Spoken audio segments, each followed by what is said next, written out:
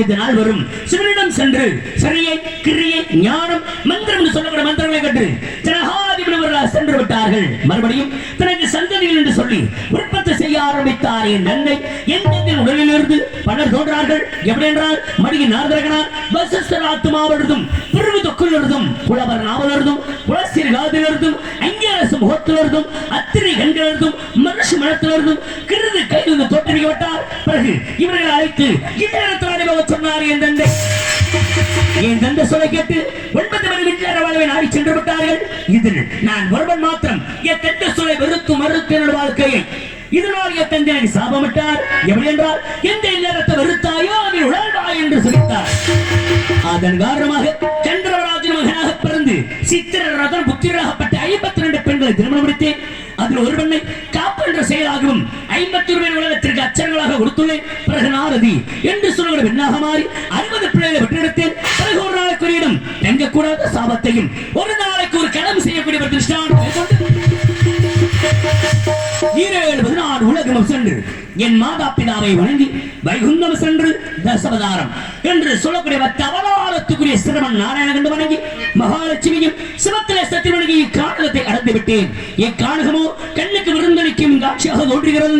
இங்கே செல்லப்பெருமான் குடிமன்றிருக்கார். இருந்தாலும் இக்கதைக்கும் கழகத்திற்கும் உள்ள முதற்கடவுளான ஆணமுகத்தினை 5 கரத்தினை ஊசியவாகிறனே அந்த மகாபரவதியை நாகப்பெருமானை வணங்கிவிட்டு பிறகு நாங்கள் இறக்கிச் செல்லலாம். போனபோ நாராயண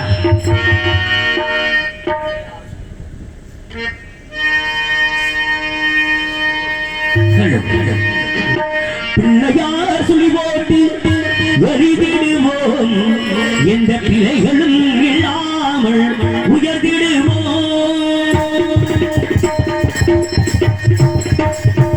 பிள்ளையார் துளி போட்டு எழுதிடுவோம். எந்த பிழைகளும் இல்லாமல் உயர்ந்திடுவோம்.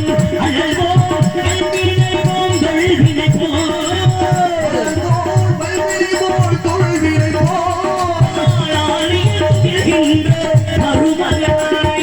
பிள்ளையார் துளி போட்டு எரிவிடுவோம். இந்த பிள்ளைகள் இல்லாமல் உயர்ந்திடுவோம்.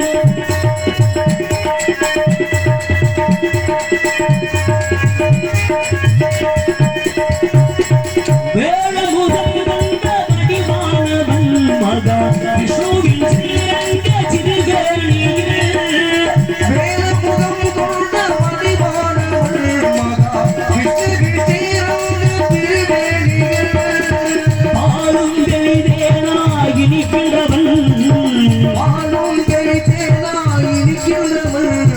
படிப்பதற்கு அறிவள்ளி கொடுக்கின்றவன் ஞான பிள்ளையார் துளி போட்டு எழுதிடுவோம். இந்த பிழைகளும் இல்லாமல் உயர்ந்திடுவோம்.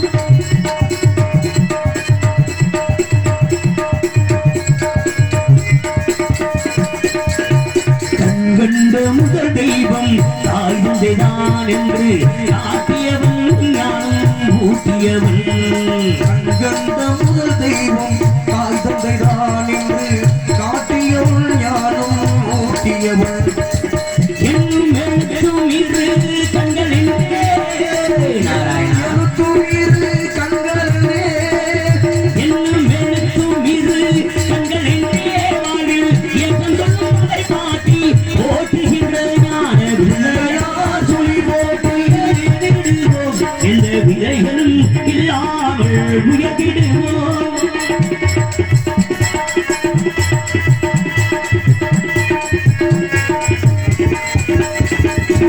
கணபதியை தினம் பணிவோமே உயர் கல்வி செல்வ வீரம் பெறுவோமே. கணபதியை தினம் பணிவோமே உயர் கல்வி செல்வம் வீரம் பெறுவோமே.